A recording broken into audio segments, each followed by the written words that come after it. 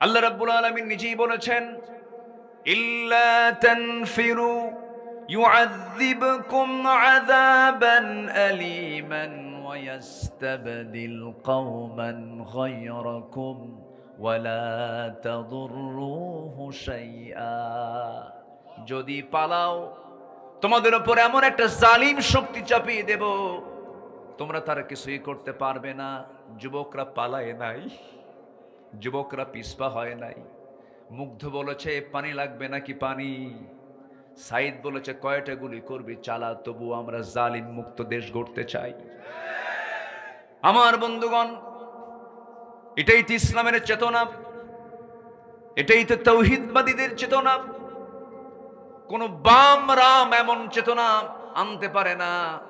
ওই বান্দার মধ্যে যতক্ষণ ইমানি চেতনা লালন না হবে, ততক্ষণ পর্যন্ত এমন জাতীয় কথা তার মুখ থেকে বের হতে পারে না। আমার ভাইয়েরা, এটাকে টিকে রাখার জন্য একটা আদর্শিক সংগ্রামের দিকে এগিয়ে যেতে হবে। সেটা হলো নবীজির আদর্শকে সমাজে বাস্তবায়ন করতে হবে, নবীজির আদর্শকে লালন করতে হবে। নবীজির জন্মের মাস, নবীজির মৃত্যুবরণের মাস, রাসূলের সিরাতকে নিয়ে আমরা চর্চা করব, জানবো। শুধু জানলেই হবে না, সিরাতটাকে নিজের জীবনে বাস্তবায়ন করব। আল্লাহ রাব্বুল আলামিন তার রাসূলকে লক্ষ্য করে সরাসরি কথা বলছেন, কথোপকথন হচ্ছে। আল্লাহ তাআলা বলছেন কি সূরাতুল আহজাব, সূরাতুল আহজাব। আহজাব মানে হলো দল সমূহ, পার্টিজ, দল সমূহ, দল সমূহ, একটা না অনেক দল। খন্দকের যুদ্ধকে আহজাবের যুদ্ধ বলা হয়। অনেক লম্বা প্রেক্ষাপট, মাহফিল 4-5 দিন নিয়ত করতেছি, রবিউল সাজাবো ইনশাআল্লাহ। মাহফিল এক জায়গায় 5 দিন করে হবে একটা জেলায়, কেমন হয়? ভালো হয় না? তাহলে তাফসীরের হকটা আদায় হয়, একটা আয়াতের হক আদায় হয়, সময় নিয়ে কথা বলা যায়। এজন্য আল্লামা সাঈদী তো আল্লামা সাঈদী, তিনি সকল কিছুরই তিনি একজন মডেল, বলি আলহামদুলিল্লাহ। তিনি মাহফিলে উঠতেন 10টায় না 7টায়? বলেন 7টায়। তিনি শেষ করতেন 9টায়। নামাজও হতো, ওয়াজও হতো। আর এখন আমি উঠছি 11টায়। ফজর নামাজটা হলো ঝুঁকিপূর্ণ, ডেঞ্জারাস টাইম। এত লং টাইমে ওয়াজ শেষে আপনি কেন, আমিও যদি বাড়িতে ফিরতে নেই, মানুষের তো ঘুমের একটা ডিমান্ড, তার দৈহিক চাহিদা আছে না নাই বলেন তো? আচ্ছা, হুঁশ থাকে না। ঘুম আসলে কি হুঁশ থাকে নাকি? ঘুম আসলে হুঁশ থাকে?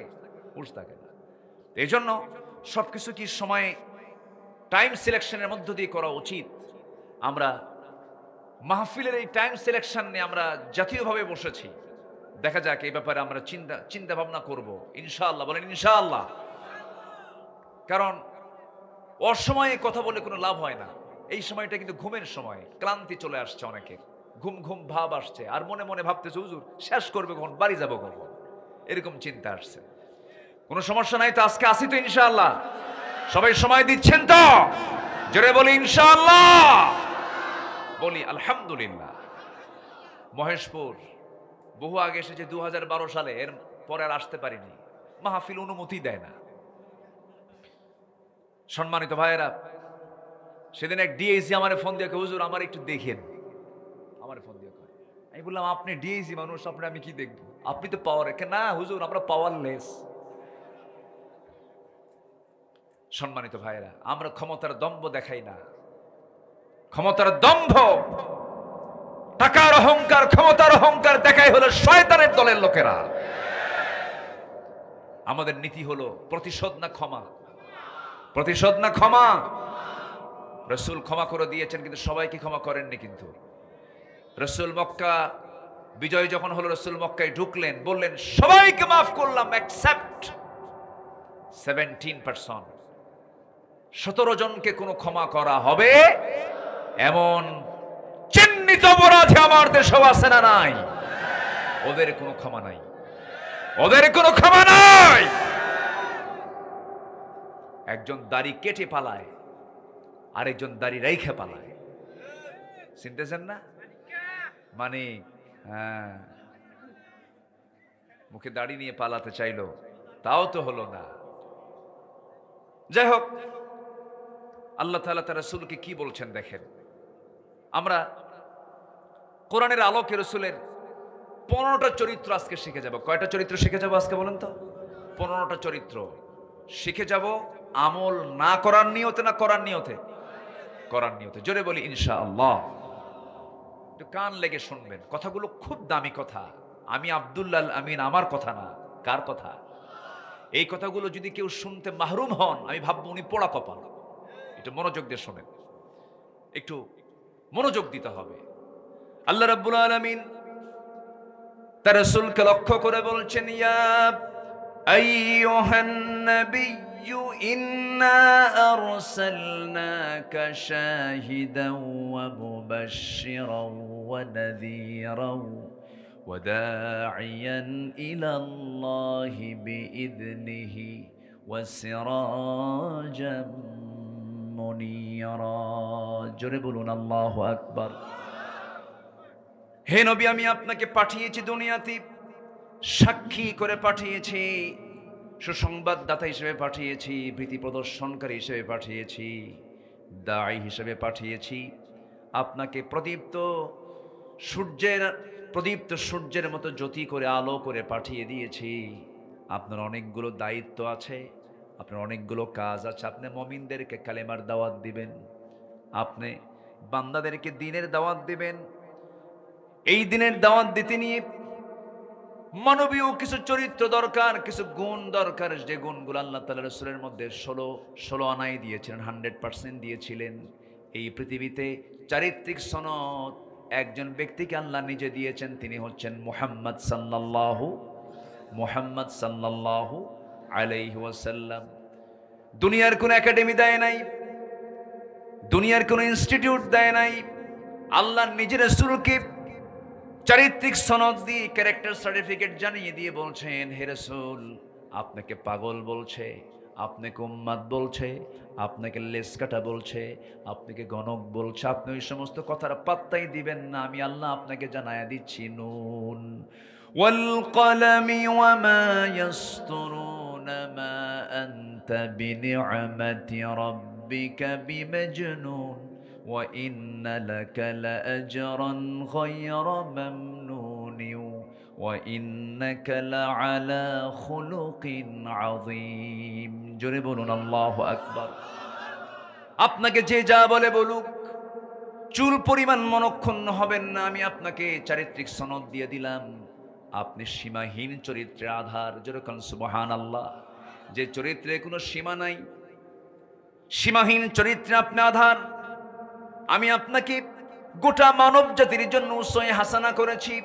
লাকাদ কানা লাকুম ফি রাসূলিল্লাহি উসওয়াতুন হাসানাহ লিমান কানা ইয়ারজুল্লাহা ওয়াল ইয়াওমাল আখির ওয়া যাকারাল্লাহা কাসীরা।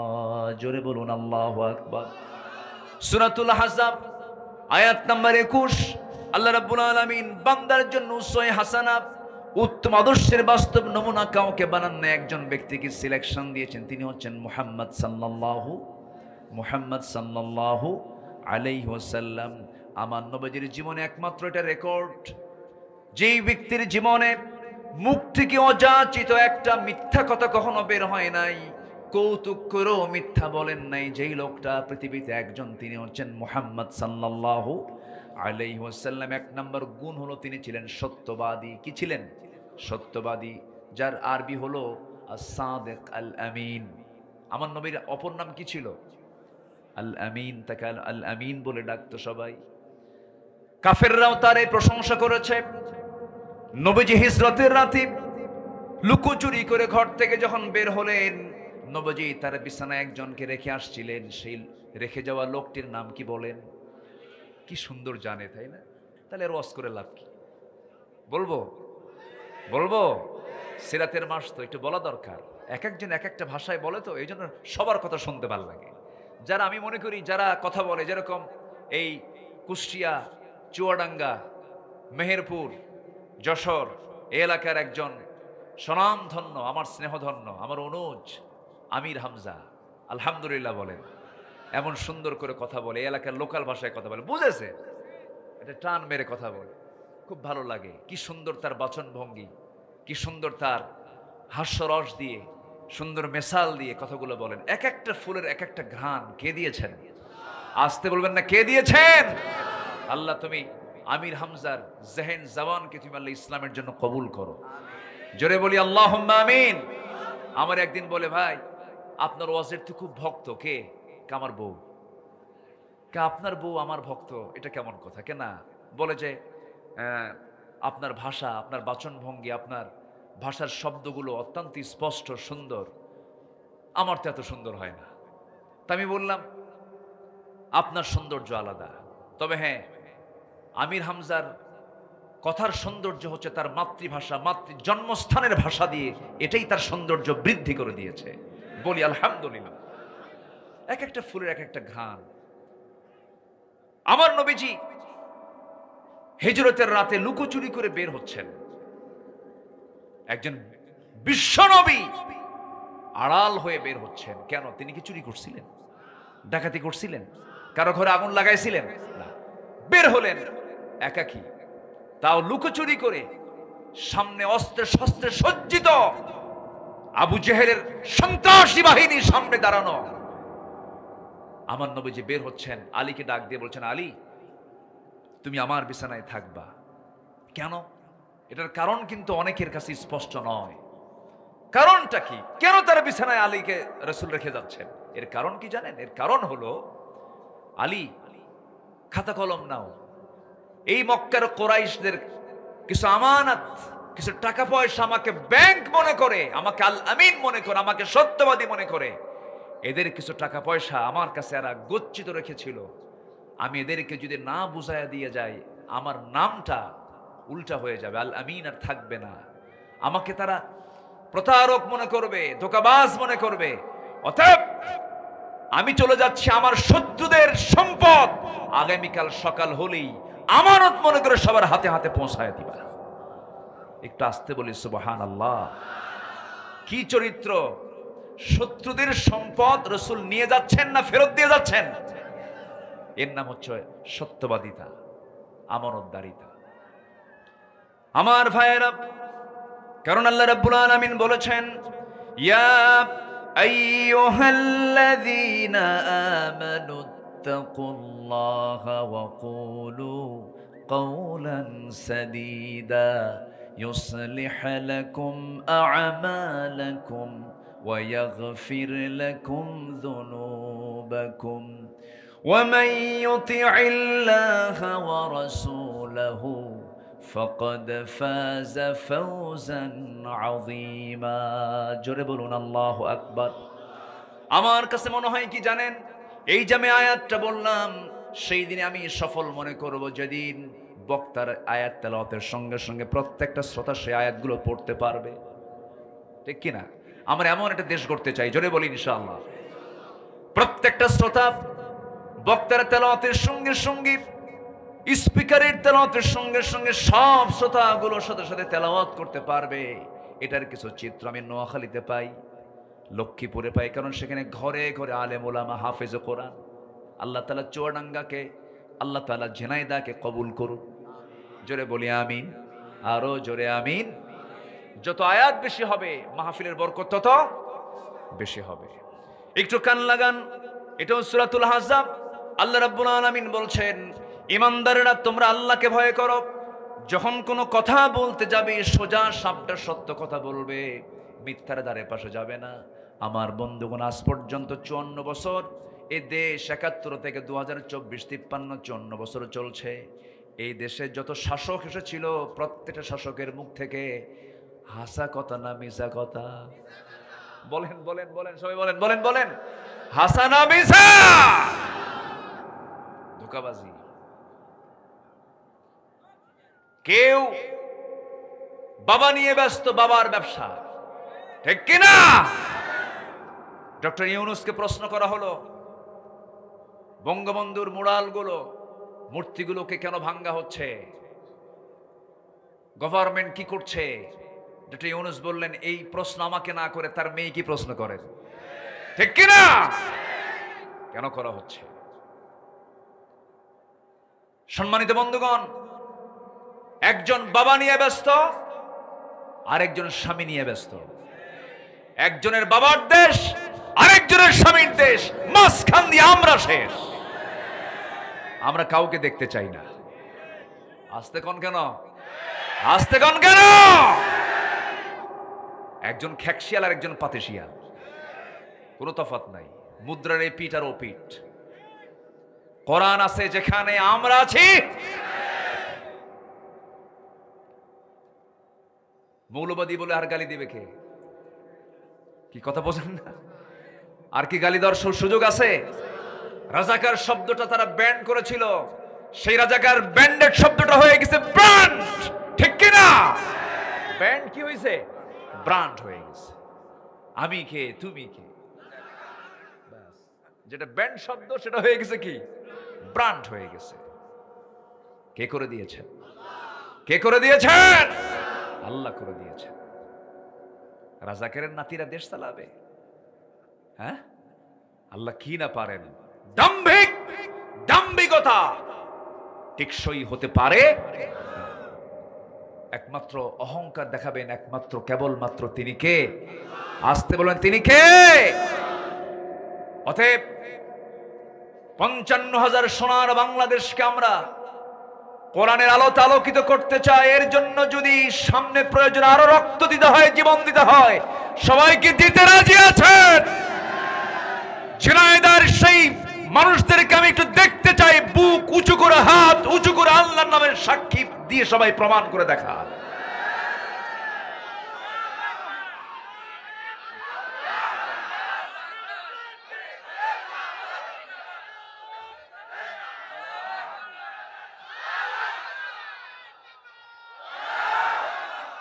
আল্লাহ তুমি সবাইকে কবুল করো, জোরে বলি আমিন, আরো জোরে আমিন। একটা মানুষ এ পর্যন্ত ওঠেন নাই, আমি আল্লাহর শুকরিয়া আদায় করছি, আলহামদুলিল্লাহ। আমি খুবই আনন্দিত আপনাদের ধৈর্য দেখে, আলহামদুলিল্লাহ। 15টা গুণ আমরা শিখে যাব আজকে। 1 নাম্বার হলো আমরা কি কথা বলবো? বলেন কি কথা? হুররিকতা ও মুসরিকতা, টুকরো টুকরো করুক, আগুনে ভস্ম করে জ্বালিয়ে দিল, সত্য কথা ছাড়া মিথ্যা কথা মুখ থেকে বের করব না। আল্লাহর কসম করে বলি, আল্লাহর ওয়াদা, যে সত্য কথা বলবো আমি তাকে জান্নাতে ঢুকাবো। ফাকাদ ফাযা ফাওজান আযীমা, সূরাতুল আহজাব। আজকে যা তেলাওয়াত করতেছি সূরা আহজাব থেকে তেলাওয়াত করতেছি। মুহাম্মাদুর রাসূলুল্লাহ, মুহাম্মাদুর রাসূলুল্লাহ। স্বামীর কাছে বউ একটা আমানত। বউ একটা কি? বউকে, বউয়ের খেয়ানত করে এমন স্বামী মনে হয় ঝিনাইদহ নাই, আছে না? নাই। খেয়ানতটা কি? বউয়ের সৌন্দর্য দেখার একমাত্র অধিকার কার? একার না সবার? একার না সবার? একাকে? অনেকে চুপ করে আছে। বয়ফ্রেন্ড, এই ভালো করে বলেন, বলেন কার? স্বামী। বয়ফ্রেন্ড কোন শব্দ ইসলামে, গার্লফ্রেন্ড শব্দ কোন ইসলামে? ইসলামে আছে হলো হাজব্যান্ড ওয়াইফ, স্বামী স্ত্রী, ইজাব কবুল, কবুল কবুল।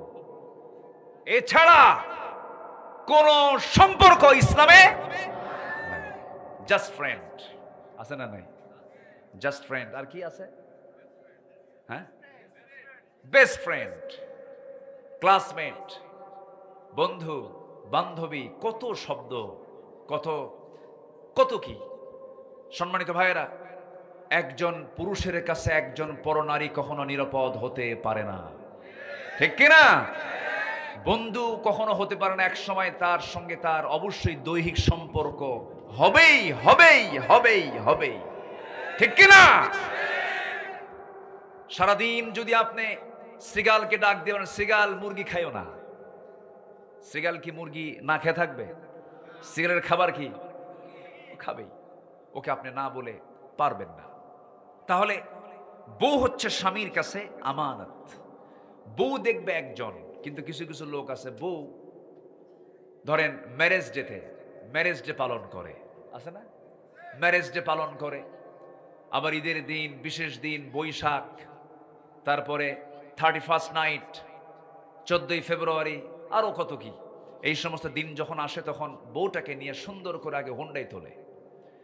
হুন্ডাই তোলে, হুন্ডা হচ্ছে R1, R15 না কি কয় যুবকরা, কত কও? R15। তো ওটার সিট, যে ড্রাইভিং সিটটা হলো উপরে না নিচে? নিচে। দেখছেন, সব জানেন, আমি আর কি কব।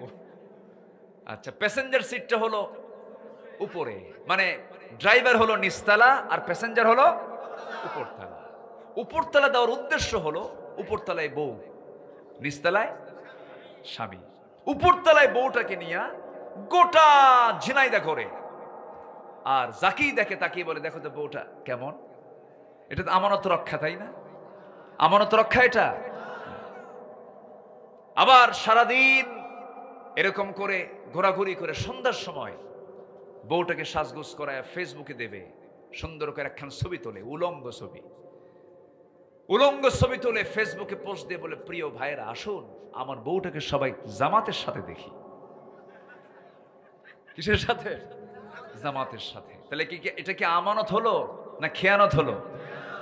আমানত রক্ষা হলো না খেয়ানত হলো? আমার বন্ধুগণ, আমার নবীজি স্ত্রীদের ব্যাপারে কত সচেতন ছিলেন, পরিবারের ব্যাপারে কত সচেতন ছিলেন। আমার নবীজি একদিন রাস্তা দিয়ে যাচ্ছিলেন, হঠাৎ করে ফাতিমা রাদিয়াল্লাহু আনহার একটা অপ্রয়োজনীয় আওয়াজ, একজন নারীর আওয়াজ রাস্তা থেকে শোনা গেল। রাসূল শোনা মাত্রই ভিতরে ঢুকলেন। ভিতরে ঢুকি বলছেন, ফাতিমা শোনো, তুমি একজন নারী মানুষ, আল্লাহ তোমাকে নারী করে পাঠিয়েছেন। তোমার মহিলা কণ্ঠের ভিতরে আল্লাহ রাব্বুল আলামিন পরপুরুষের জন্য আকৃষ্ট দিক দিয়েছেন। মেয়েরা যখন কথা বলবে বড় আওয়াজ না ছোট আওয়াজ? ছোট আওয়াজে কথা বলবে। কিন্তু তোমার কণ্ঠের আওয়াজ আমি রাস্তা পর্যন্ত শুনতে পেয়েছি, এটা আমার জন্য আকাঙ্ক্ষার ছিল না, অনাকাঙ্ক্ষিত ছিল। এটা করা উচিত নয় মা। ফাতিমা রাদিয়াল্লাহু তাআলা আনহা বললেন, আব্বাজান চরম ভুল করে ফেলেছে, আর হবে না, আমি আর জোরে কখনো কথা বলবো না। আমার রাসূল একদিন সাহাবে কেরামদের সঙ্গে কথা বলছিলেন, দরজায় দাঁড়ানো, পিছনে দাঁড়ায় আছেন আম্মা জান আয়েশা সিদ্দিকা রাদিয়াল্লাহু তাআলা আনহা। হঠাৎ করে রাসূল লক্ষ্য করে দেখেন কোন সাহাবী নাই, কিন্তু একজন অন্ধ সাহাবী নবীর সঙ্গে দেখা করার জন্য দূর থেকে আসতেছেন। রাসূল বলছেন, আয়েশা আমার সঙ্গে একজন সাহাবী সাক্ষাৎ করতে আসছে, তুমি এখন ভিতরে চলে যাও। আম্মা জান আয়েশা বলছেন, ইয়া রাসূলুল্লাহ, যে সাহাবী আপনার সঙ্গে দেখা করতে আসছে তার তো চোখই নাই, সে তো অন্ধ মানুষ, কোনো সমস্যা তো হওয়ার কথা না। রাসূল বলেন, আয়েশা সাহাবীর চোখ অন্ধ, তোমার চোখ অন্ধ নাকি? যাও ভিতরে চলে যাও। তাহলে বউয়ের আমানত রক্ষা করার দায়িত্ব কার? আসতে বলবেন না কার? তাহলে এই যে মার্কেটে ঘুরে বেড়ায় মহিলাগুলো, কাদের বউ? সব চুপ করে আছে। ভালো করে ধরে ফেলছি তো, ধরে ফেলছি আমি। রাগ করতেছেন নাকি আপনারা? তাহলে মার্কেটে যে ঘুরে বেড়ায় লাল লিপস্টিক লাগায়া, এই বউগুলো কাদের? এই মেয়েগুলো কাদের? হিসাব করতে হবে, আমানত নষ্ট করা যাবে না। প্রত্যেকের দায়িত্ব সম্পর্কে একদিন প্রশ্ন করবেন কে? আল্লাহ। আমানত। আমার বন্ধুগণ, একজন শাসক হবেন, জনগণ তার জন্য আমানত। স্বামী হবেন, বউ তার জন্য আমানত। পিতা হবেন, সন্তান তার জন্য আমানত। ওমর রাদিয়াল্লাহু তাআলা আনহু খলিফাতুল মুসলিমিন ছিলেন, শাসক ছিলেন। গোটা রাত মানুষ ঘুমায়, আর ওমরে ফারুক গোটা রাত কি করেন? জেগে থাকেন। কষ্ট তারই বেশি, কারণ দায়িত্ব যত বড়, প্রশ্ন তত বড়। গোটা রাত চলে যেত। ওমর রাদিয়াল্লাহু আনহু তার শাসনামলে যে কত বছর, যে কয় বছর তিনি শাসন করেছেন, একটা রাত তিনি কখনো আরামে বিছানায় তিনি পিঠ লাগাতে পারেন নাই। ক্ষমতা যখন পেয়েছেন আমানত মনে করেছেন। ক্ষমতা যখন পেয়েছেন সেই দিন থেকে শুরু করে নিয়ে মৃত্যুর দিন পর্যন্ত চুল পরিমাণ আরাম তিনি ভোগ করতে পারেন নাই। শুকায় শুকায় যাচ্ছিলেন। প্রশ্ন করা হলো, ওমর আপনি শুকায় যাচ্ছেন, আপনার একটু স্বাস্থ্যের দিকে সচেতন হওয়া দরকার। ওমরে ফারুক কেঁদে কেঁদে বলছেন, তোমরা আমাকে এমন দায়িত্ব দিয়েছো, এই দায়িত্ব আমাকে ঘুমটাকে হারাম করে দিয়েছে। আমি রাতে ঘুমাতে পারি না। জনগণকে না দেখলে, জনগণের দুঃখ দুর্দশা নিজের চোখে না অবলোকন করলে বুঝতে পারি না। ছোট্ট একটা কথা মনে পড়লো, একটা ছোট্ট রাতের কথা। এক রাতের কথা একটু বলি। ছোট্ট একটা রাতে এশার নামাজ হয়ে গেল, বউকে ডাক দিয়ে বলছেন, বউ আমার, এশার নামাজ জামাত আদায় করলাম, নামাজ পড়ায় আসলাম, শাসকরা নামাজ পড়াবে না পড়বে? বলেন, শাসকরা নামাজ পড়বে না পড়াবে? আর আমার দেশে কি করে? পড়েও না। এই তো লাইনে আসছে, পড়ানো তো দূরের কথা, পড়েও খালি বিড়ি খায়। কি খায়? বিড়ি খায়। বিড়ি টানার ছবি আছে না নাই? আছে না নাই? হুক্কা টানার ছবি আছে, হুক্কা। মোষ দিয়ে নেতা হওয়া যায় না। কি মোষের মোষ রে বাবা, 2.5 ইঞ্চি মোটা হাইব্রিড জাতের মোষ। এমন নেতৃত্ব আমরা মানতে চাই না। আমরা নেতৃত্ব মানতে চাই মোষওয়ালা না দাড়িওয়ালা। দাড়িওয়ালা নেতৃত্ব দিয়েছেন মুহাম্মদ সাল্লাল্লাহু আলাইহি ওয়াসাল্লাম। সূরাতও থাকতে হবে, সিরাতও থাকতে হবে। সূরাতও থাকতে হবে, সিরাত, দর্শনও থাকতে হবে, গুণও থাকতে হবে। আল্লাহু আকবার বলেন। সাইয়েদনা ওমর ফারুক রাদিয়াল্লাহু আনহু তিনি এশার নামাজ পড়ালেন। নামাজ পড়ে স্ত্রীর কাছে এসে বলছেন, স্ত্রী, তুমি তোমার বিশাল দায়িত্ব পালন করো। আমি কাউকে ভয় পাই না, দুনিয়াতে কোনো মানুষকে ভয় পাই না, খালি তোমারে ভয় পাই। বউরে ভয় পান না? এখন আস্তে আস্তে এই বউকে ভয় পান না? হ্যাঁ, তো সংসার হবে না তো। আমি তো ভয় পাই। বউকে না ভয় পেলে সংসার করবেন কেমনে আপনি? বউকে ভয় পেতে হবে, কারণ বউ যদি কিয়ামতের দিন আপনার বিরুদ্ধে দাঁড়ায়, আপনি জান্নাত পাবেন না তো। দেখেন, এখন আবার ঠিক হয়, ঠিক কিনা বলেন? বউ যদি কিয়ামতের দিন যদি আমার আপনার বিরুদ্ধে দাঁড়িয়ে যায়, আপনার বউ আপনার বিরুদ্ধে, আমার বউ আমার বিরুদ্ধে যদি দাঁড়িয়ে যায়, উপায় নাই। রাসূল বলেছেন, যে স্ত্রী বলবে আমার স্বামী ভালো, আল্লাহ বলছেন সেই বান্দা আমার কাছে ভালো। আল্লাহু আকবার বলেন। তাহলে বলেন, বউয়ের যত্ন নেওয়ার দরকার আগে না পরে? আস্তে আগে না পরে? পিছন দিয়া না মোহাব্বত কইরা? অন্যের বউ না নিজের বউ? এটা যেন মনে থাকে। আবার সাইয়েদনা ওমর ফারুকের কাছে একজন আসছে বিচার নিয়ে, বিচার নেওয়ার জন্য আসছে। বসে আছে হলো বাহিরের ঘরে, এটাকে বলে কাছারি ঘর। এলাকায় কি কয়? কাছারি ঘর বলে তো না? ওয়েটিং রুম যেটা, বসে আছে, বৈঠকখানা। সাইয়েদনা ওমর ফারুক বের হচ্ছেন না। অনেকক্ষণ ধরে ওই লোকটা মানে তার বিচার প্রার্থী হয়ে সে দাঁড়ায় আছে, আসলেই তার বিচারের কথাটা শোনাবেন। কিন্তু উনি গেছেন যে বিচার নেই, সেই বিচারটা হলো স্বামীর সাথে তার বইয়ের গন্ডগোল, ওই লোকটার সঙ্গে তার বইয়ের গন্ডগোল, এটা মেটাতে হবে। যে দেখেন দীর্ঘ সময় ধরে ওমর ফারুক রাদিয়াল্লাহু আনহুর সাথে তার স্ত্রীর গন্ডগোল, মানে বাকবিতণ্ড চলতেছে, চরম বাকযুদ্ধ চলতেছে। উনি ভাবলেন যে বিষয় নিয়ে আমি আসলাম বিচার প্রার্থী হয়ে ওমরের কাছে, সেই সমস্যা তো তার ঘরের মধ্যেই, উনি আর কি বিচার করবেন? এই দৃশ্য দেখে উনি আর প্রশ্ন তুললেনই না। উনি না প্রশ্ন করি না বিচার প্রার্থী হয়ে উনি চলে যাচ্ছেন বাড়ির দিকে। পিছন থেকে ডাক দেয়, এই তুমি কেন আসছো? কিছুই তো বললা না, এমনি চলে যাচ্ছ কেন? যে সমস্যা নিয়ে আসছিলাম আপনার কাছে, সেই সমস্যা দেখে আপনার ঘরের মধ্যে ঢুকছে কেন? কি হয়েছে? কামার বইয়ের সঙ্গে আমার গন্ডগোল মিটাবেন আপনি বিচারক, আপনার বইয়ের সঙ্গে আপনার গন্ডগোল আপনি কি মিটাবেন? সাইয়েদনা ওমর ফারুক বললেন, ভাইজান এদিকে আসো। আমি ওমর, আমার নাম শুনলে রোম পারস্য থরথর করে কাঁপে। আমি ওমর, আমি যে রাস্তা দিয়ে যাই শয়তান সে রাস্তা দিয়ে যায় না।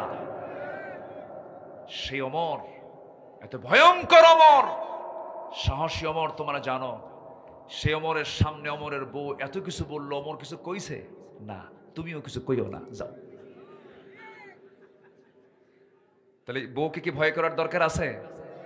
দেখেন আবার ঠিক হয়েছে, আছে।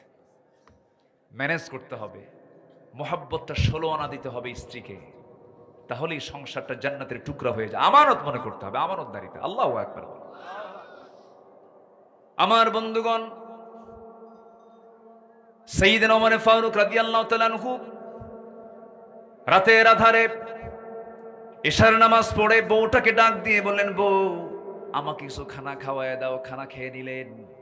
এরপরে বলছেন, বিছানায় পিঠ লাগানোর সুযোগটা আমার আল্লাহ দেননি, জনগণের দায়িত্ব আল্লাহ তাআলা আমাকে দিয়েছেন। স্ত্রী থাকো, আমি চলে গেলাম। দেখি মদিনার উপকণ্ঠে মানুষের কি অবস্থা। দেখতে বেরোলেন, দেখতে পেলেন প্রথমেই প্রতিবেশীর ঘরে ঢুকলেন, প্রতিবেশীর ঘরের সামনে দাঁড়ালেন। 4-5টা ছেলে মেয়ে সন্তানগুলো চিৎকার করে কান্নাকাটি করছে, ক্ষুধার যন্ত্রণায় ছটফট করছিল। সাইয়েদনা ওমর ফারুকের দিলটা কাঁপতে থাকলো হারে।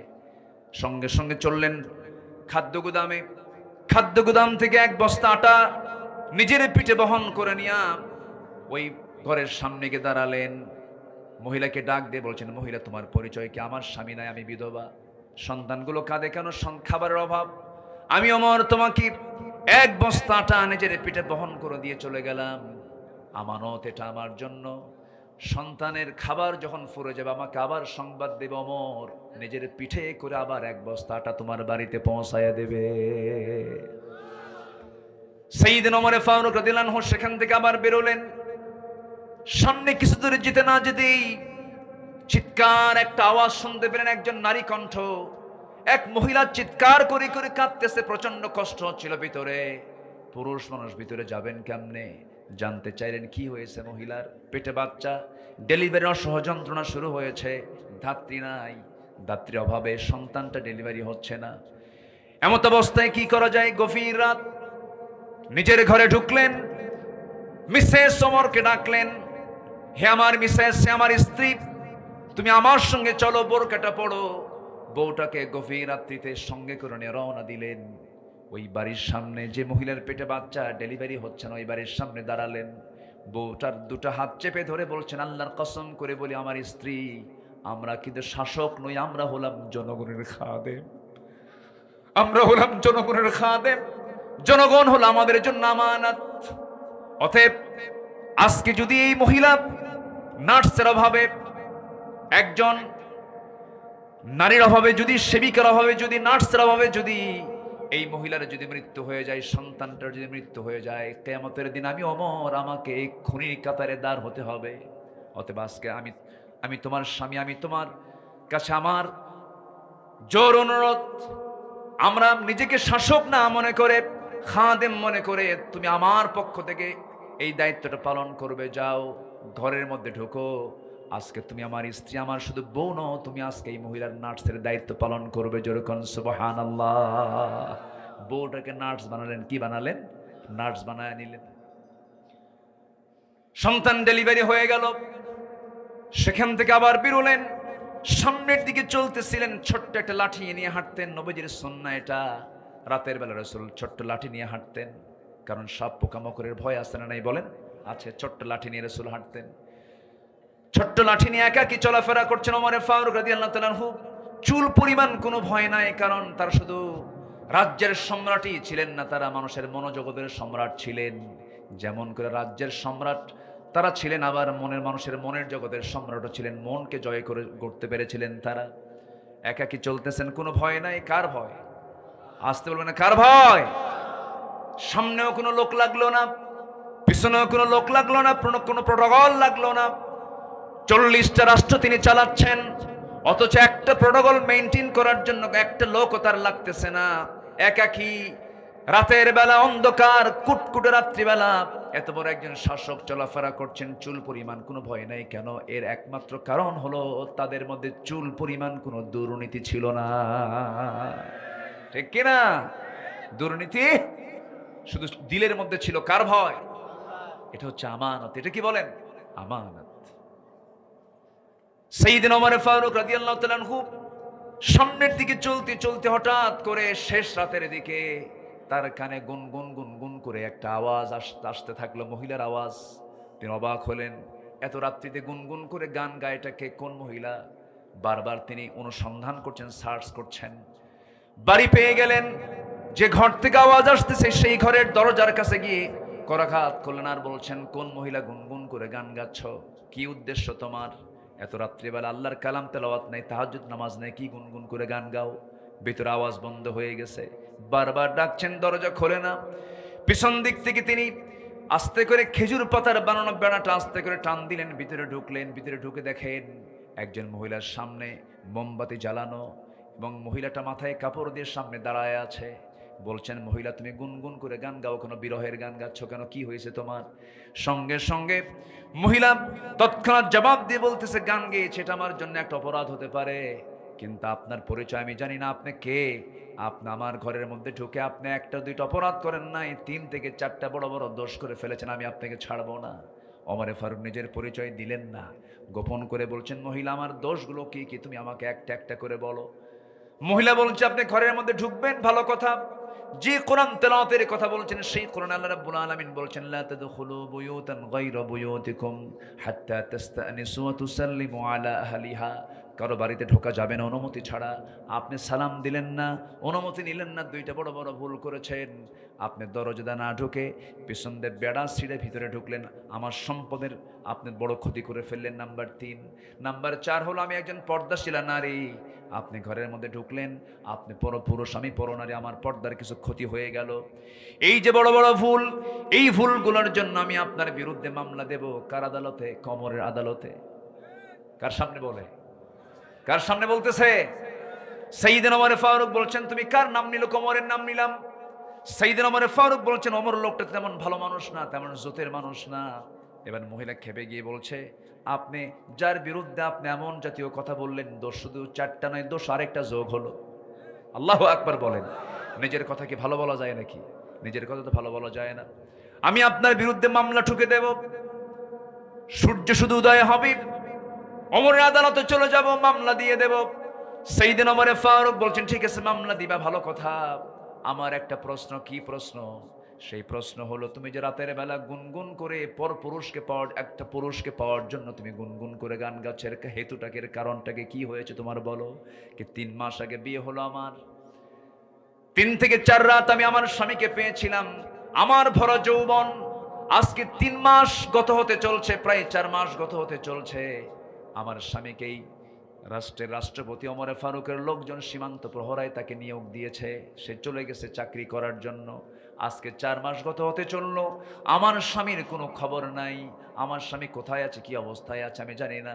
রাত্রেবেলা গভীর রাতে সে নামাজ পড়ে ঘুমিয়ে পড়েছি, ঘুমার ধরে না, স্বামীর জন্য বারবার আমি ব্যাকুল হয়ে পড়ছি। কোনো পরপুরুষকে নয়, আমার বৈধ স্বামীকে কাছে পাবার জন্য আমি বারবার বিরহের গুনগুন করে গান গাচ্ছি। ওমর ফারুক মনে মনে চিন্তা করছেন, দোষ তো আরেকটা যোগ হয়ে গেল। জোরে কান সুবহানাল্লাহ, আরো জোরে কান সুবহানাল্লাহ। শাসক জনগণ থেকে দূরে থাকবে না কাছে থাকবে? জনগণ এবং শাসকের দূরত্ব হবে বেশি না দূরত্ব থাকবে না? দূরত্ব থাকা যাবে না, একদম কাছাকাছি অঙ্গাঙ্গী হবে থাকতে হবে। এটাই হচ্ছে আমানতদারিতা, ঠিক কিনা? আলোচনা শুনতে রাজি আছেন তো সবাই নাকি? কারো কোনো কষ্ট নেই? জোরে বলি ইনশাআল্লাহ। আমার নবীর কয়টা গুণ শিখবো আজকে আমরা? চলতেছে কয় নাম্বার? আরো আছে কয়টা? তাহলে ফজর কি সময় দিচ্ছেন আমাকে? জোরে বলি ইনশাআল্লাহ, আরো জোরে বলি ইনশাআল্লাহ। আল্লাহ রাব্বুল আলামিন আমানতদারিতার ব্যাপারে বলছেন, ইন্নাল্লাহা ইয়া'মুরুকুম আন তু'আদ্দুল আমানাতি ইলা আহলিহা ওয়া ইযা হাকামতুম বাইনান নাসি আন তাহকুমু বিল আদল ইন্নাল্লাহা নি'ম্মা ইয়া'ইযুকুম বিহ। জোরে বলুন আল্লাহু আকবার। সূরাতুন নিসা আয়াত নম্বর 58। আল্লাহ রাব্বুল আলামিন আমানতদারিতার ব্যাপারে অর্ডার দিয়েছেন, তোমরা আমানতটাকে পূর্ণ করো, খেয়ানত করো না। কারণ যারা আমানতদারিতা নাই তার ঈমান আসতে, তার ঈমান নাই। আল্লাহ রাব্বুল আলামিন ঈমানদারের যত গুণ বলেছেন, যত জায়গায় গুণের কথা বলেছেন, সেখানে আমানতের কথা বলেছেন। এক জায়গায় বলছেন, ওয়াল্লাযীনা হুম লিআমানাতিহিম ওয়া আহদিহিম রাউন والذين هم على صلواتهم يحافظون أولئك هم الوارثون الذين يرثون الفردوس هم فيها খালিদুন। জোরে বলুন আল্লাহু আকবার। নাম্বার 3 হলো, নবীজির বড় গুণ ছিল, তিনি ছিলেন ধৈর্যশীল। ধৈর্যশীলতা দিয়ে তার জীবনটা ছিল সাজানো। রাসূল মার খেয়েছেন কম না বেশি? আসতে বলবেন না, কম না বেশি? এত মার খেয়েছেন তিনি। মক্কার মাটিতে একদিন রাসূলকে মারতে মারতে রক্তাক্ত করে ফেলা হলো। তায়েফের কথা কে না জানেন। তায়েফের রাসূলকে মারতে মারতে এক পর্যায়ে রাসূল সেন্সলেস হয়ে পড়েছেন, কোনো হুঁশ নাই। নবজির মাথার রক্তগুলো গড়ে গড়ে পায়ের তলা পর্যন্ত চলে গেছে, পায়ের তলার সঙ্গে জুতার জমাট বেঁধে গেছে। রাসূল টেনে টেনে খুলতে পারেন না, আর শাজিম কাঁপতেছে, ফেরেশতারা কাঁপতেছে, ফেরেশতারা অস্থির হয়ে গেছে। জিবরিল আমিন এসে বলছেন, ইয়া রাসূলুল্লাহ, এই তায়েফবাসী আপনাকে এত অত্যাচার করলো, এত জুলুম করলো, আপনি শুধু বলে দেন এই তায়েফবাসীকে দুই পাশের দুই পাহাড় দিয়ে চাপা দিয়ে শেষ করে দেব। রাসূল বলছেন, ও আমার ভাই জিবরাইল, আমি মুসার মতো দোয়া করব না, আমি নূহের মতো দোয়া করব না। আমার এই সমস্ত তায়েফবাসী বুঝে নাই, না বুঝে না জেনে আমার প্রতি অত্যাচার করেছে, জুলুম করেছে, আমি এদের সমস্ত ভুলগুলোকে আমি রাসূল মাফ করে দিলাম। জোরে বলি সুবহানাল্লাহ, আরো জোরে বলি সুবহানাল্লাহ। আমার নবীজির মধ্যে প্রতিশোধ ছিল না, ক্ষমা ছিল। ক্ষমা ছিল। আমাদের মধ্যে কি থাকা দরকার? ক্ষমা থাকা দরকার। যার মধ্যে ক্ষমা বেশি, আল্লাহর ক্ষমা তার উপরে বেশি। আল্লাহুম্মা ইন্নাকা আফুউন তুহিব্বুল আফওয়া ফাআফু আন্না। আল্লাহ তুমি ক্ষমাশীল, ক্ষমাকে ভালোবাসো, আমাদেরকে ক্ষমা করে দাও। ধরুন আপনার একজন ভাইয়ের সঙ্গে গন্ডগোল লেগেছে, আপনি নিজে গিয়ে তার কাছে সরি বলবেন, এটা আপনার জন্য আপনি বড় মুজাহিদ। আপনি নিজেকে ছোট ভাববেন, আপনি বড় মুজাহিদের ভূমিকা পালন করলেন, বিশাল বড় সওয়াব আপনি পেয়ে যাবেন। যে ব্যক্তির মধ্যে জিদ বেশি কাজ করবে, এটা হলো শয়তানের মেডিসিন। কার মেডিসিন বলেন? শয়তানের মেডিসিন। জিদ থাকা যাবে না ইমানদারের জীবনে। ইমানদারের জিদ হবে একটাই, সেটা হলো যেমন করে হোক তাহাজ্জুদ পড়ব, যেমন করে হোক ফজর পড়ব। আল্লাহু আকবার বলেন। ভালো কাজে আমরা এগিয়ে যাব। তাআওয়ানু আলাল বিররি ওয়াত তাকওয়া ওয়ালা তাআওয়ানু আলাল ইসমি ওয়াল উদওয়ান। আল্লাহ রাব্বুল আলামিন আরেক জায়গায় বলছেন, ওয়াসারিউ ইলা মাগফিরাতিম মির রাব্বিকুম ওয়া জান্নাতিন আরদুহাস সামাওয়াতি ওয়াল আরদ উইদ্দাত লিল মুত্তাকিন। জোরে বলুন আল্লাহু আকবার। তাহলে আমাদের ধৈর্য আনার দরকার আছে না নাই? নাম্বার 1 হলো, মনে আছে আপনাদের? নাম্বার 1 হলো কি? সত্যবাদিতা। নাম্বার 2 হলো আমানতদারিতা, আমানাহ। নাম্বার 3 হলো সবর, ধৈর্যশীলতা। আল্লাহু মা'আস সাবিরিন। জোরে বলুন আল্লাহু আকবার। নাম্বার 4 হলো তাওয়াক্কুল, নির্ভরতা। তাওয়াক্কুল মানে অর্থাৎ হচ্ছে আমি নির্ভরশীল কার উপরে? আসতে বলবেন না, কার উপরে? চাকরি নাই, কি করে খাবো? বিপদ, কেমনে চলবো? পরিবারে আগুন ধরেছে, কেমনে টেকা ভার করব? অনেকে হতাশ চিত্ততা নিয়ে থাকেন, আছে না নাই বলেন? আছে। এটা ইমানদারের জীবনে আসতে পারে না, কারণ ইমানদারের ভরসার জায়গা দুইটা না একটা। ইমানদারের ভরসার জায়গা দুইটা না একটা। কে? আরো জোরে, আরো জোরে, আরো জোরে। এই লোকগুলো যায় কোথায়? চলে যাচ্ছে। অনেক রাত হয়ে গেছে, শেষ করে দিই, দোয়া করে দিই। দোয়া করবো না? যে যেতে নাই তারা ধরেন নাকি? রাগ করতেছেন নাকি? একটু বসেন, একটু বসেন। তাওয়াক্কুল এটা বিশাল বড় একটা গুণ, বিশাল বড় গুণ। সন্তান 7 বছর, ছেলে সন্তান মারা গেছে। বলেন তো, বাপ মার মাথা ঠিক থাকার কথা? মাথা ঠিক থাকার কথা। একজন নবী ছিলেন যাকে আল্লাহ তাআলা 80 বছরের বয়সে সন্তান দিয়েছিলেন। 80 বছরে বুড়া মানুষ, সন্তান দেওয়া হলো, এমন জায়গায় সন্তান প্রসব হলো, এমন জায়গায় সন্তান লালিত পালিত হলো। এই পৃথিবীতে হারামের ভিতরে, কাবার ভিতরের বাসিন্দা ছিলেন একজন নারী, তিনি হচ্ছেন হাজরা আলাইহিস সালাতু ওয়াস সালাম। যেরকম সুবহানাল্লাহ। সন্তান হলো, 7 বছর বয়স হলো, একটু বোঝা, একটু টান, একটু ডাক দেওয়া শুরু হলো। আল্লাহ বলেন, ইব্রাহিম আমি তো সিদ্ধান্ত নিয়েছে ওরে জব করতে হবে, কোরবানি করতে, ইন্নী আরা ফিল মানামি আন্নী আযবাহুক, জব করতে হবে। উনি কি আল্লাহর উপরে ভরসা ছেড়েছিলেন? ভরসা ছেড়েছিলেন না। যে অবস্থায় থাকে না কেন, ইব্রাহিমের সেই বিশাল পরীক্ষা, আগুনের পরীক্ষা, সন্তানের পরীক্ষা, পারিবারিক পরীক্ষা, রাষ্ট্রীয় পরীক্ষা, সব পরীক্ষায় ভরসা করেছেন কার উপরে? আসতে বলবেন না, কার উপরে? এক একটা পয়েন্টের উপরে একটা বিশাল লম্বা আলোচনা হয়ে যেত। সময় তো খুব অল্প, এবং ধৈর্যের বাঁধও ভেঙে যাচ্ছে। ওয়াজ হচ্ছে ধৈর্যের, এইদিকে মারতেছে দৌড়। তাহলে কেমন হলো বলেন? ওয়াজের সাথে তো বাস্তবতার মিল একটু কম পাচ্ছে। একটু বসেন না, একটু বসেন। আগামীতে মাহফিল যখন করবেন, প্রধান বক্তাকে উঠায় দিবেন 9:30টায়। ঠিক আছে না? বলেন তো ঠিক আছে না? হ্যাঁ, তাহলে একটা মাহফিলের সৌন্দর্য 16 আনা ঠিক থাকে। আল্লাহ কবুল করুন, জোরে বলি আল্লাহুম্মা আমিন। নাম্বার 5 হলো ইখলাস, একনিষ্ঠতা। ইখলাস যদি না ঠিক থাকে তার কোনো আমল কবুল করবেন না কে? আজ কবুল করবেন না কে? আমি সহজ, আমি নামাজ না পড়লে কেমন হয়? এটা কি ইখলাস হলো? এটা কি ইখলাস হলো? আমি সভাপতি হই আর আমি ওই মসজিদের একজন মুসল্লি হই, নামাজ পড়বো কার জন্য? এটা হচ্ছে ইখলাস। আল্লাহ রাব্বুল আলামিন বলেন, ওয়ামা উমিরু ইল্লা লিয়াবুদুল্লাহা মুখলিসিনা লাহুদ্দিন। এবং তাওয়াক্কুলের ব্যাপারে আল্লাহ রাব্বুল আলামিন বলছেন, ওয়ামাইয়াতাওয়াক্কাল আলাল্লাহ ফাহুয়া হাসবুহ। যে ব্যক্তি আমার উপরে ভরসা করে আমি তার জন্য আমি নিজেই যথেষ্ট হয়ে যাই। জোরে কোন সুবহানাল্লাহ। যখন কোনো বান্দা আল্লাহর দিকে 1 হাত আগায়, আল্লাহ তার দিকে 10 হাত আগান। যে বান্দা আল্লাহর দিকে হেঁটে হেঁটে আসে, আল্লাহ তার দিকে দৌড়া দৌড়া যান। আল্লাহ বলছেন, বান্দারে তুই আমার দিকে হেঁটে হেঁটে আসবি, আমি তোর দিকে দৌড়া দৌড়া যাব। বান্দা, আমি তোর জন্য 1টা নয় 2টা নয় 8টা জান্নাত বানায় রেখে দিয়েছি।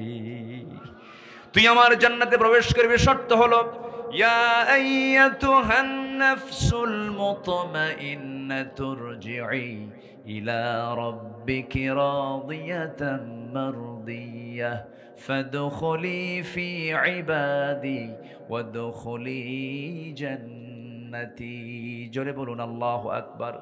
নাম্বার 6 হলো আদালত এবং ন্যায় বিচার। ন্যায় বিচার এবং আদালত আমার নবীর জীবনে প্র্যাকটিক্যাল তিনি দেখিয়েছিলেন। আমার নবীর শাসনামলে বিচারালয়ে একজন বিচার প্রার্থী হয়ে চলে আসলো। সম্ভ্রান্ত পরিবারের একজন মহিলা চুরি করে ধরা পড়ে গেছে। ধনী মানুষ, সম্ভ্রান্ত পরিবার। সেই পরিবার আবার ওমরে ফারুককে ম্যানেজ করে ফেলেছে। ওমরে ফারুক রাদিয়াল্লাহু ডাক দিয়ে বলতেছে, ভাই ওমর, তুমি যদি রাসূলকে বুঝাতে পারো, রাসূল হয়তো বুঝবেন। সম্ভ্রান্ত পরিবারের এই মহিলা হঠাৎ করে চুরি করে ধরা পড়েছে, তার হাতটা তো কাটা পড়ে যাবে, কেমন হবে? এটা বংশের জন্য একটা দুর্নাম হয়ে যাবে। আপনি তাদের পক্ষ হয়ে আপনি একটু সুপারিশ করেন। নবীর সামনে এসে বলছেন, ইয়া রাসূলুল্লাহ, আমি ওমর, আমি জানি ওই পরিবারটা খুব সম্ভ্রান্ত, দেখুন তো একটু শাস্তিটা লঘু করা যায় কিনা। চুরির যে শাস্তি, হাত না কেটে ন্যূনতম কোনো শাস্তি দেওয়া যায় কিনা। আমার নবীজি বলছেন, ওমর, তোমার দারাজ কণ্ঠ সেই কোথায় চলে গেল? ওমর, আমি তোমাকে স্পষ্ট ভাষায় জানিয়ে দিতে চাই যে মেয়েটা চুরি করে ধরা পড়েছে তার নামও ফাতিমা। আমার নবীর মেয়ের নামও বলেন, আমার নবীর মেয়ের নাম কি ছিল? ফাতিমা। রাসূল বলেন, শোনো, ওই সম্ভ্রান্ত পরিবারের যে মেয়েটা ওই ফাতিমা না হয়ে যদি ফাতিমা বিনতে মুহাম্মদ যদি চুরি করে ধরা পড়তো, আমি ফাতিমাকে সম্মুখে এনে সবার চোখের সামনে আমি নিজে তার হাত কেটে এই বিচারের রায় কার্যকর করে দিতাম। যেরকম সুবহানাল্লাহ। তাহলে আইন সবার জন্য। আমার দেশে অসমান। কারণ কিসের আইন নাই বলেন? আসতে বলুন না, কিসের আইন নাই? কোরআনের আইন নাই। ওমর ফারুক রাদিয়াল্লাহু আনহু, তার ছেলে মদ্যপ ছিল, মদ্যপান করে ধরা পড়েছে, প্রমাণ হয়ে গেছে, নিজের হাতে তাকে মেরে দুনিয়া থেকে বিদায় করে দিয়েছেন। আমার বন্ধু আদালত। আল্লাহ রাব্বুল আলামিন বলেন, ইয়া আইয়ুহাল্লাযীনা আমানু কুনু কাওয়ামিনা লিল্লাহি শুহাদাআ বিল কিসত। তোমরা কি করবে? সুন্দর করে আদালতটাকে কায়েম করবে, ন্যায় বিচার প্রতিষ্ঠা নিশ্চিত করবে। কার হুকুম? আসতে বলবেন না, কার হুকুম? নাম্বার 7 হলো তওবা করা, ক্ষমা প্রার্থনা করে। এটা নবীর সুন্নাহ ছিল, নবীর চরিত্র ছিল। আল্লাহ রাব্বুল আলামিন রাসূলকে বলছেন, খুযিল আফওয়া ওয়া আমুর বিল আরফি ওয়া আরিদ আনিল জাহিলিন। জোরে বলুন আল্লাহু আকবার। তাহলে তওবা করব কার কাছে? বিড়ি খাই স্যার, বিড়ি খাবো না। দেখেন সবাই চুপ, আর কিচ্ছু কয় হুজুর এটা শুনবো না। বিড়ি খাই স্যার, জীবনে বিড়ি, দেখেন আওয়াজ নাই। মাহফিলে এসে বলে কি জানেন, হুজুর বিড়ি খাওয়া কি জায়েজ আছে? মানে উনি জায়েজের চেষ্টায় আছেন। আচ্ছা আপনি বলেন তো, বিড়ি কোন একজন নবী খাইছে বলেন তো? এরকম কোন নবীর নাম বলতে পারবেন আপনি? এই যে লক্ষাধিক পয়গম্বর আল্লাহ তাআলা পাঠালেন, কোন পয়গম্বর বিড়ি টানলেন না। এই বিড়ি টানাটা আসলো কোন জায়গা থেকে? কি টানা টানে, এক টানে ধোঁয়া 3 তলায় পাঠায়। আছে না নাই? আল্লাহ তাআলা সকল নেশা থেকে এই জাতিকে হেফাজত করুন। এটা জোরে বলেন না ভাই, আরো জোরে বলেন। বিড়ির সাথে ধোঁয়া আছে না নাই? আগুন আছে না নাই? ধোঁয়া আগুন এটা কি জাহান্নামের লক্ষণ না জান্নাতের লক্ষণ? ধোঁয়া থাকবে জাহান্নামে, আগুনও থাকবে জাহান্নামে। নেন টানতে থাকে। আর কিছু বললাম না? আচ্ছা, সকল নেশা, কারণ নিজের জীবনের ক্ষতি হবে এমন খাদ্য খেলেও এই ব্যাপারে প্রশ্ন আছে না নাই? এটা দেহটা আমার জন্য আল্লাহ তাআলা আমানত করে দিয়েছেন, এই দেহের লাঞ্চকে আমি বিড়ি খেয়ে পৌঁছায় দিচ্ছি, এটার জন্য জবাবদিহিতা আছে না নাই? আচ্ছা, নষ্ট করা যাবে না।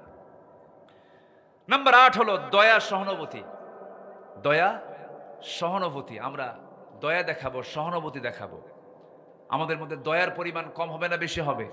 বেশি হবে। রাসূল খুব দয়ার সাগর ছিলেন। রাসূল কিসের সাগর ছিলেন বলেন তো? দয়ার সাগর ছিলেন। জেনা করে প্রমাণ হয়ে গেছে এক মহিলার চূড়ান্ত শাস্তি, তাকে পাথর মেরে দুনিয়া থেকে বিদায় করা হবে। মহিলা জেনা করেছে, কোনো সাক্ষীও ছিল না। মহিলা নিজে এসে নবীর আদালতে এসে বলছে, হুজুর আমি জেনা করে ফেলেছি। রাসূল বলেন, না তুমি জেনা করো নাই।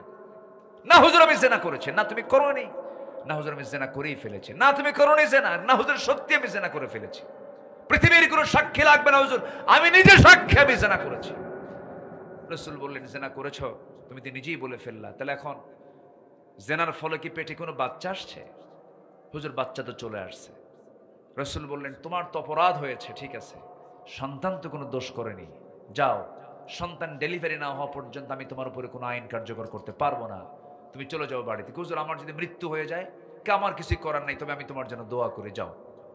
মহিলা চলে গেছে, সাহাবী চলে গেছে। সন্তান লালন ওই পেটের মধ্যে ধারণ করে আছেন, 9টা মাস পূরণ হয়ে গেল। সেজদায় পড়ে পড়ে কাঁদেন, তওবা করেন, আল্লাহর কাছে রোনাজারি করতে থাকেন, ঘন্টার পরে ঘন্টা, শুধু নয়, দিনের পর দিন, মাসের পরে মাস। 9টা মাস পূরণ হয়ে গেল, সন্তান ডেলিভারি হয়ে গেল। ব্যাখ্যা এসেছে, এই মহিলা করলেন কি, 3 দিন 2 দিন পরে নয়, মাত্র 1টা দিন পর, ডেলিভারির 1টা দিন পরে সন্তানটা বাসায় রেখে সোজা নবীর আদালতে গেলেন। গিয়ে বলছেন, ইয়া রাসূলুল্লাহ, আপনি আদালত কায়েম করেন, আপনি আমার উপর আদালত কায়েম করুন কেন? সন্তান ডেলিভারি হয়ে গেছে, আপনি আমার উপর আইন কার্যকর করে দেন। আমার রাসূল বলেন, মহিলা, যে সন্তান যে ডেলিভারি হয়েছে সেই সন্তানটা বাড়িতে জীবিত না মৃত রেখে এসেছে? হুজুর সন্তান তো জীবিত। রাসূল বলছেন, হাউলাইনি কামিলাইন, সন্তানকে অবশ্যই 2 বছর দুধ পান করাতে হবে। হুজুর এত লম্বা সময় যদি আমি মরে যাই, রাসূল বলেন, আমি তোমার জন্য দোয়া করে, যাও। মহিলা আবার চলে আসতে বাধ্য হলেন। একজন আসামি, এত বড় একজন আসামি হওয়ার পরেও তার জন্য কোনো পুলিশ লাগলো না, প্রশাসন লাগলো না, কোনো জেলখানাও লাগলো না, কারণ ওই বান্দার মধ্যে ভয় কাজ করেছে একমাত্র কার? আসতে বলবেন না কার? আল্লাহর ভয়। ভুল করেছেন, আবার অনুতপ্ত হয়েছেন, এটা হচ্ছে ইমানদারের গুণ। সন্তানকে দুধ পান করালেন, 6টা মাস চলে গেছে। 6টা মাসের মধ্য দিয়ে সন্তানকে টোটালি দুধের অভ্যাস বন্ধ করে অন্য খাবারের প্র্যাকটিস গড়ে তুলে এবারে 3য়বারের মতো মহিলা সন্তানটাকে কোলের মধ্যে করে নিয়ে নবীর সামনে হাজির হয়ে বলছেন, হুজুর আজকে সন্তান সহ চলে আসছি, এই যে সন্তান দেখতে পাচ্ছেন, এই সন্তানটা আর আমার বুকের দুধ খাওয়ার প্রয়োজন হবে না, অন্য খাবার খাওয়া শিখেছে, আর দেরি করবেন না হুজুর, 3য়বারের মতো আপনার আদালতে হাজির হলাম, আপনি আজকে আমার উপরে শাস্তি কার্যকর করে দেন। আমার নবীজি বলছেন, ও মহিলা, সন্তানটা আমার হাতে তুলে দাও। সন্তান নবী তার হাতের মধ্যে উঠায় নিলেন, উঁচু করে ধরলেন এবং বলছেন, ও সাহাবীরা, এই যে সন্তানটা আমার হাতে দেখতে পাচ্ছ, এই সন্তানের লালন পালনের দায়িত্ব যে বান্দা গ্রহণ করবে, আমি রাসূল ওয়াদা করছি সেই বান্দার সাথে আমি জান্নাতের মধ্যে 2 নখের দূরত্ব অবস্থান করব। জোরে বলি সুবহানাল্লাহ। দৌড় মেরে কয়েকজন সাহাবী চলে এলেন, একজনের কোলে রাসূল ওই সন্তানকে দিয়ে দিলেন। আমার নবীজির চোখে পানি টলমল করছে, নবীজি কাঁদতেছেন আর এইদিকে অর্ডার দিচ্ছেন, কোনো কথা নাই, কারণ জেনার শাস্তিতে ইসলাম নিশ্চিত করে দিয়েছে। এবার রাসূল বলছেন, মহিলাকে নিয়ে যাও, উন্মুক্ত মরু প্রান্তরে বুক পর্যন্ত পুঁতে রেখে পাথর মেরে তাকে শেষ করে দাও। এটা কার হুকুম? আসতে বলবেন না কার হুকুম? জেনা আছে যেখানে অসুখ আছে সেখানে, জেনা আছে যেখানে রোগ আছে সেখানে, জেনা আছে যেখানে অশান্তি আছে সেখানে। এই অশান্তিকে দূর করার জন্য, রোগমুক্ত সমাজ গড়ার জন্য জেনার শাস্তি একমাত্র ইসলাম যা নিশ্চিত করেছে এটার মধ্যে মহাকল্যাণ নিহিত। অনেকে বুঝতে চায় না, বোঝার চেষ্টাও করে না। আমার বন্ধুগণ, আজকের দুনিয়াতে জেনার ফলে অসুখ বিসুখ দুনিয়াতে সবচেয়ে কম না সবচেয়ে বেশি? সবচেয়ে বেশি। গোটা দুনিয়াতে মানুষ আজকে রোগী হয়ে গেছে, একমাত্র মূল কারণ হলো অবাধ যৌনাচারের কারণে, নিয়ন্ত্রণহীন যৌনাচারের কারণে, ইসলাম অনুশাসন না মেনে চলার কারণে। আমার নবীজি কাদা কাদা কণ্ঠে বলছেন, ও সাহাবীরা, এই মহিলাকে নিয়ে যাও, বোরকা পরাইয়া দিয়া বুক পর্যন্ত পুঁতে রেখে তাকে পাথর মেরে শেষ করে দাও। যখন পাথর মারা হচ্ছিল, আমার নবীজির কানে সংবাদটা চলে আসছে, ওই সাহাবী, ওই মহিলা পাথরের আঘাত সহ্য করতে না পেরে গর্ত থেকে উঠে এক পর্যায়ে দৌড় মারা শুরু করেছিলেন। আবার সাহাবীরা তাকে ধরে এনে বুক পর্যন্ত পুঁতে রেখে পাথর মেরে তাকে শেষ করে দেওয়া হলো, শেষ করে ফেললেন। সাহাবে কেরাম সাইয়েদনা আলী রাদিয়াল্লাহু আনহু নবীর সামনে দাঁড়িয়ে বলছেন, ইয়া রাসূলুল্লাহ, ওই মহিলাকে যখন পাথর মারছিলাম, ওই মহিলার শরীর থেকে ছিটকে এসে কিছু নাপাক রক্ত আমার গায়ে এসে লাগলো। নাসিকা কুঞ্চিত করলেন, নাক শিকায় তুলে তাকে লানত করছিলেন। রাসূল কাদা কাদা কণ্ঠে বলছেন, আলী, কোন মহিলার রক্তকে নাপাক রক্ত বলো? তুমি কি জানো ওই মহিলার রক্ত জমিনে স্পর্শ করার পূর্বে আল্লাহ তাআলা তাকে জান্নাতের মেহমান বানিয়ে দিয়েছেন, আল্লাহ তাকে মাফ করে দিয়েছেন। আবার একজন সংবাদ দিয়ে এনে বলল, হুজুর, আমরা ওই মহিলাকে যখন পাথর মারছিলাম সহ্য করতে না পেরে সঙ্গে সঙ্গে সে উঠে দাঁড়িয়েছিল, সেই গর্ত থেকে উঠে সে দৌড় মারতেছিল। রাসূল আবেগ আপ্লুত হয়ে বললেন, তোমরা তাকে কেন ছেড়ে দিলা না? তোমরা তাকে কেন ছেড়ে দিলে না? যদি এটা শরীয়ত সম্মত কথা নয়, কিন্তু মানবতার জন্য দয়ার সাগর যে তিনি, দয়া দেখিয়ে তিনি এই কথা বলে ফেলেছেন। আমার বন্ধুগণ, এটাই ছিল দয়া, এই নম্রতা, এই ভদ্রতা আমার নবীর ভিতরে ছিল। আমার নবীজি বলছেন, ও সাহাবীরা, এই মহিলাকে জানাজার আয়োজন করো, জানাজা কেউ পড়াবে না। এই মহিলার জানাজার দায়িত্ব আমি রাসূল নিজে গ্রহণ করলাম। জানাজায় রাসূল দাঁড়ায় গেলেন। রাসূল জানাজা শেষ করে বললেন, সাহাবীরা, এই মহিলা জীবনের শেষ সময় পর্যন্ত যে পরিমাণ তওবা করেছে, যে পরিমাণ চোখের পানি ফেলে ফেলে কেঁদেছে, আল্লাহর প্রতি যে পরিমাণ ইখলাসের সাথে ব্যাক করেছে, আল্লাহ তাআলা তার সকল গুনাহ তো মাফ করে দিয়েছেন। এই মহিলার তওবা যদি এই মদিনার ৭০ জন গুনাহগারদের মাঝে যদি বন্টন করা হতো, ৭০ জন গুনাহগারকে মাফ করে আল্লাহ রাব্বুল আলামিন তাদের ৭০ জনকে জান্নাত দিয়ে দিতেন। তাহলে আমাদের ভালো হওয়ার সুযোগ আছে না নাই? আসতে বলবেন না, আছে না নাই? সেই সুযোগটা হলো তওবা। সেই সুযোগটা কি? তওবা। যে বান্দার মধ্যে তওবা থাকবে, সেই বান্দার মধ্যে দয়া থাকবে, সহানুভূতি থাকবে, নম্রতা থাকবে, ভদ্রতা থাকবে। নাম্বার ৯ হলো নম্রতা ছিল আমার নবীজির ভিতরে, ভদ্রতা ছিল। নবীজি অত্যন্ত বিনয়ী ছিলেন। ওয়াইবাদুর রহমানিল্লাযীনা ইয়ামশুনা আলাল আরদি হাওনা ওয়া ইযা খাতাবাহুমুল জাহিলুনা ক্বালু সালামা। জোরে বলুন আল্লাহু আকবার। নাম্বার ১০ হলো কৃতজ্ঞতা। লাইন শাকারতুম লাযীদান্নাকুম। আমার নবীর ভিতরে কৃতজ্ঞতার সোনানা ছিল। চূড়ান্ত কৃতজ্ঞ ব্যক্তি ছিলেন মুহাম্মদ সাল্লাল্লাহু আলাইহি ওয়াসাল্লাম। নাম্বার ১১ হলো সুজাত। তার মধ্যে ছিল সাহসিকতা ছিল। যুদ্ধের ময়দানে তিনি ভীরু ছিলেন না সাহসী ছিলেন? বলেন, ভীরু না সাহসী? ৩১৩ জন সাহাবী না হাজার সৈন্যের বিরুদ্ধে মোকাবেলা। ভীরু লোকের কাজ না সাহসী লোকের কাজ? ভীরু লোকের না সাহসী লোকের কাজ? সাহসী মানুষের কাজ। অনেক লম্বা লম্বা কথা ছিল, সুযোগ তার পেলাম না। নাম্বার ১২ হলো নেক কাজের আদেশ, অসৎ কাজের নিষেধ, বাধা। সৎ কাজের আদেশ দেওয়া, অসৎ কাজের বাধা দেওয়া, এতে ১ নম্বর স্থান দখল করেছেন মুহাম্মদ সাল্লাল্লাহু আলাইহি ওয়াসাল্লাম। রাসূল দাওয়াত দিয়েছেন আবু জেহেলকে, একবার না হাজারবার? একবার না হাজারবার? হাজারবার দাওয়াত দিয়েছেন। নাম্বার ১৩ হলো বিশ্বাসযোগ্যতা, সেকাহ। আরবিতে সেকাহ বলা হয়। বিশ্বাসযোগ্যতা তিনি অর্জন করতে পেরেছিলেন। জোরে বলি আল্লাহু আকবার। আরো জোরে বলি আল্লাহু আকবার। ১৪ হলো নিষ্ঠা, ইখলাস ফিল আমাল। এটা ছিল তার মধ্যে সবচেয়ে গুরুত্বপূর্ণ গুণগত দিক। নাম্বার ১৫ হলো সর্বশেষ সহনশীল ছিলেন। জীবনের সকল জায়গায় তার মতো সহনশীল ব্যক্তিত্ব আর পৃথিবীতে দ্বিতীয়টা আসবে না। সেই নবীর আমরা উম্মত হতে পেরেছি। এই ১৫টা গুণে আমরা গুণান্বিত হব। জোরে বলি ইনশাআল্লাহ। ফজর পড়বেন কারা কারা? একটু হাত তুলে দেখান দেখি। ফজর পড়বেন কারা কারা? জোরে চিৎকার মেরে বলি আল্লাহ। আমাদেরকে ফজর, জোহর, আসর, মাগরিব, এশা ৫ ওয়াক্ত সালাত আদায় করার তৌফিক তুমি আল্লাহ দিয়া দাও। জোরে বলে আমিন। আরো জোরে আমিন।